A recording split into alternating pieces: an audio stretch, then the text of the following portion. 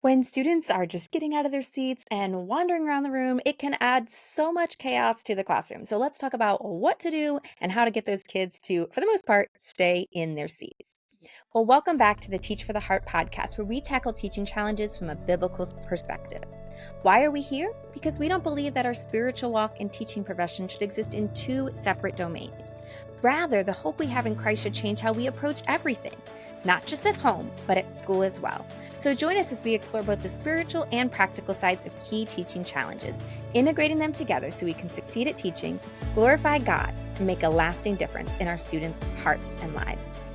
This episode has been brought to you in partnership with the Herzog Foundation. So we get a lot of questions here at Teach for the Heart, and one of the questions that we've been asked is, what do I do about students who are getting out of their seats and wandering about the classroom? So I'm excited to tackle this with you today. One of my first thoughts when I was thinking about this and what I was going to say was that this is going to be very different in elementary versus high school. But as I thought about it more, I realized it's actually not that different. There are some core principles that apply no matter the age. So let's start out there. So, number one, if you're having trouble with kids getting up, getting out of their seats, and that's adding to chaos, number one, we need to first of all get clear expectations. So, it starts with clear expectations. In other words, we as teachers need to determine in my class, and if you have multiple classes in high school, you need to think in each class, when should students get out of their seats and when should they not? If we are not clear on that in our own minds, how could we ever have clear expectations for our students? But a lot of times we don't. We haven't actually thought through. Is it okay if they get up for a tissue? What about if they are they allowed to get up to throw things away? Are they allowed to get up to get a hall pass? Are they allowed to get up to get a pencil? So we might not have clarity in our minds of when students actually are allowed to get up and when they're not. So that's where it starts. You should sit down and just make a list. When are the times students are allowed to get out of their seat without permission? And when are the times, and otherwise, what do they need to ask for permission for? So get really clear on that. It's also possible that it depends on the time. Maybe it's during teaching time, you can only get up for this reason. But if it's a work time, you're allowed to get up for these 3 or 4 reasons. So just get really clear in your mind on what that should look like, what you would like it to look like. So number one, it starts with clear expectations. Number two, we have to be confident in that requirement. So I think a lot of times when students are getting up and getting out of their seats, either number one, we actually weren't clear on for ourselves and for our students on when they were allowed to get up and out of their seats. So that number one will help to solve the problem.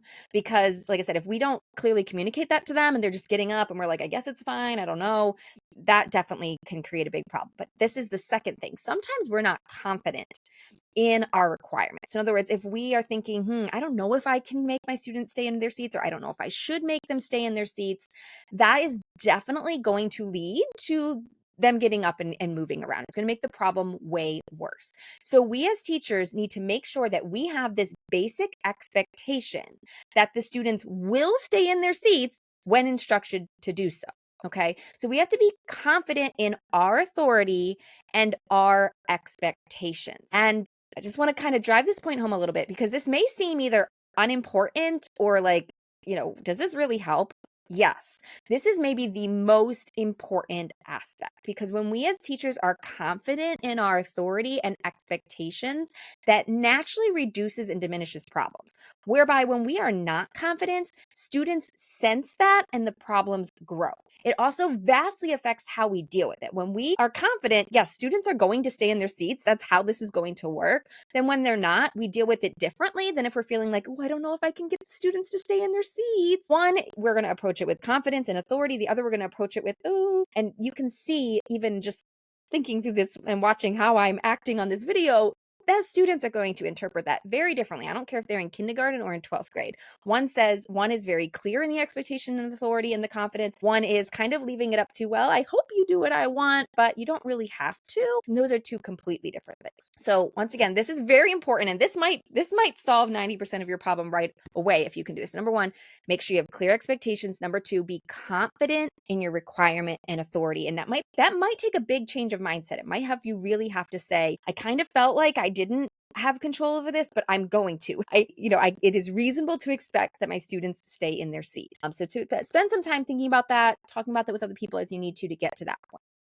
Number 3, once you're confident in this is a reasonable requirement and I can't expect it. Number 3, you need to have a plan for what to do when students are not in their seats. And this actually really helps with the confidence. Sometimes we're not confident because we go, well, what if they don't? Then what? Then what do I do?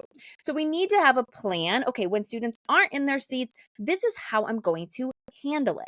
Now, this aspect does vary based on the student's age, based on your school situation, based on your personality, but a few ideas of what you might do. You might just use a quick correction. George, remember, you need to ask for raise your hand before getting up to get a tissue. Okay. You can simply ask them to return to their seats. This is great, especially as like a first step. In elementary, a hand signal can be really effective. You might, might be this, or you might have just like some type of hand signal, like pointing down or whatever, where you teach students, hey, when I do that, it means you need to get back to your seat. Once again, it can be a simple please sit down or reminder of the expectation. You can get up to throw something away when we, whatever the expectation is. Okay, so that's a really great way to just kind of start with it initially.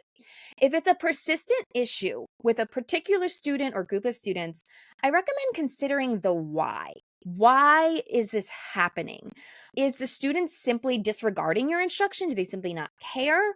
Well, then this might need to be a behavior issue. You might need to have a talk with them. There might need to be consequences prepared if they're not making improvements in this area. On the other hand, sometimes there are students that really struggle with self-control, perhaps due to an underlying issue, and you're going to want to handle that a little bit differently. There's all kinds of things you can do, but one suggestion is consider a positive improvement strategy. So, for example, if you notice, man, this student is normally out of their seat like 10 times a day, it might not be realistic to expect them to go from 10 to 0 like that.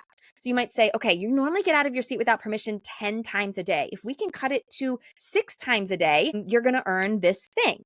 And then once you get to 6, okay, let's cut it down to 3. Let's cut it down to 1. Let's cut it down to 0. So the goal is still to get to 0, but that might be a more realistic path for a student that is struggling with self-control. It's not like it's a self-control issue more than just like choosing to disregard your instructions. If you need some ideas for consequences, head to teachfortheheart.com/consequences. You can download our consequence idea list that has ideas that different ideas that can work in different grade levels, different school situations, and that might be a really big help if you're not sure what you could do. This episode is brought to you in partnership with the Herzog Foundation. The Herzog Foundation is hosting a teacher apologetics training retreat in July and August of this year. This retreat will show teachers how to equip students to stand firm in their faith. So whether you teach elementary or secondary, this training will help navigate today's toughest cultural questions with confidence. Get more details at teachfortheheart.com/Herzog retreats. Now, back to our program. All right, so let's review. Number 1, you need a clear expectation. Number 2, be confident that your requirement is reasonable and that you can enforce it. Number 3, have a plan for when students are not in their seats. Number 4, use a classroom shakeup. Okay, it is so much easier if you start off the year with these expectations. So I will say next fall, when you start out the year, start out with the clear expectation that students are going to stay in their seat, except for these times. Start out with the confidence that, yes, they're going to stay in their seats, and you're going to notice a huge difference. But right now, when you're listening to this, in April, if you're listening to this when it comes out, it's Q4. You have a lot of students habitually getting out of their seats. What can really help with this is a classroom shakeup. What a classroom shakeup does is it kind of creates a little bit of a reset and helps you kind of create a little bit of a fresh start so that students can change a habit mid-year. I don't have time to completely explain that strategy here, so I'm going to encourage you to go way back to episode 3 of the podcast. Yes, 3, way back in the beginning, or you can simply go to teachfortheheart.com/podcast3, teachfortheheart.com/podcast3. In that episode, I explain what a shakeup is and how it works, and you can get all the details for that. So number 4, use a classroom shakeup mid-year to kind of create a reset. Number 5, okay, these rest of these ideas, so that's kind of like how do you enforce expectations for sitting in the seat. My last 2 suggestions have to do with students that are struggling to sit still. And honestly, this is very, very true in elementary, but can be really helpful all the way up through 12th grade as well. And that's number 5. Don't ask kids or teens to sit for too long. It's really good to get kids up and moving. And I feel like a popular thing in this is brain breaks. I'm not opposed to brain breaks. Brain breaks can help, but what's even better is when you can incorporate movement into your class. So in other words, if students are learning the material and moving at the same time, we are not wasting time. Win-win. Okay. So an episode I have kind of more ideas on this is episode 110, or you can go to teachfortheheart.com/worksheets to see some different ideas. A lot of them include movement. They're ways to take a worksheet and turn it into an engaging activity. In a lot of cases, having students up and moving. My favorite one is quiz trade. So go to episode 110 or teachfortheheart.com/worksheets. Check out those ideas. Particularly try quiz trade to get your students up and moving while you're reviewing or practicing or learning.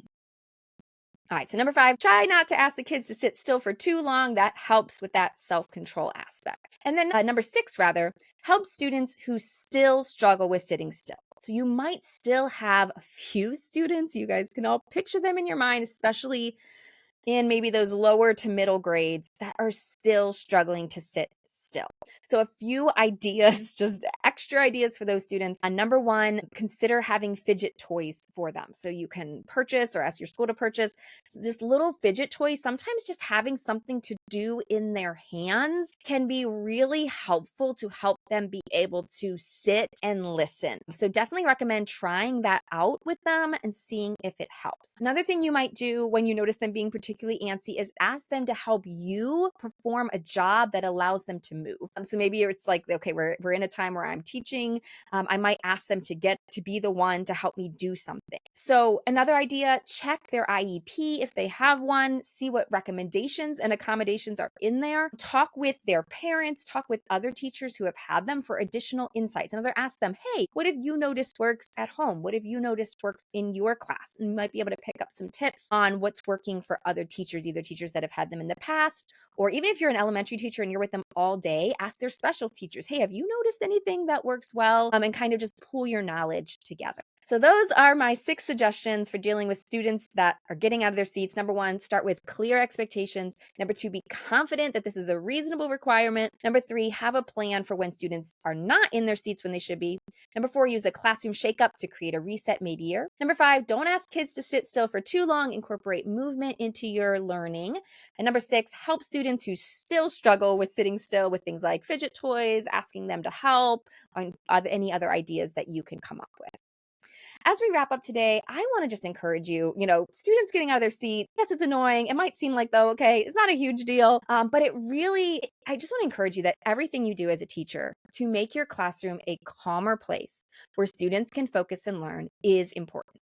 You are doing a lot of things. You are building respect. You're growing your credibility with your students. This not only helps them academically, but it also can lead to opportunities for deeper conversations that can impact their lives and make a real difference. And don't forget that God has placed you right where you are, and Scripture calls us to do our very best. So even something as simple as reminding students to stay in our seats when we're pursuing excellence, pursuing order, pursuing helping our students with even these small things, when we're doing that to the Lord, we are serving Him, and it matters. So I want to encourage you in that regard. We've mentioned quite a few different resources today, but if you feel like you could use some additional help with some of your trainings and you could use some additional classroom management help, I want to recommend a couple things to you. First of all, we have a free training called How to Reduce Disruption So You Can Actually Teach. You can get that at teachfortheheart.com/free. And we also have our full Classroom Management 101 program where we walk you through step by step how to put together a plan, not just for getting out of seats, but for every area like this in your classroom so that you know what to do, you're confident and ready to go. That's something that you could start right away and then finish it up in the summer. Summer's a great time to go through that course so you are ready to go at the start of the school year. You can find out more about Classroom Management 101 at teachfortheheart.com/CM. Well, thank you guys so much for being with us. Once again, all the notes and links and all the things that I referenced, you can check them all out in one place at teachfortheheart.com/3. That's teachfortheheart.com/3. If you've enjoyed this episode, please do share it with a friend. You can also like, subscribe, share a review of this podcast. All those things help more people to be able to find this podcast. This episode has been brought to you in partnership with the Herzog Foundation. All views and opinions are our own and don't necessarily reflect those of the Herzog Foundation. Well, thank you so much for being with us. I look forward to speaking with you again soon. In the meantime, teacher, remember, God is at work in you and through you, and He's using you to make a difference. Keep your eyes on Him and teach for the heart.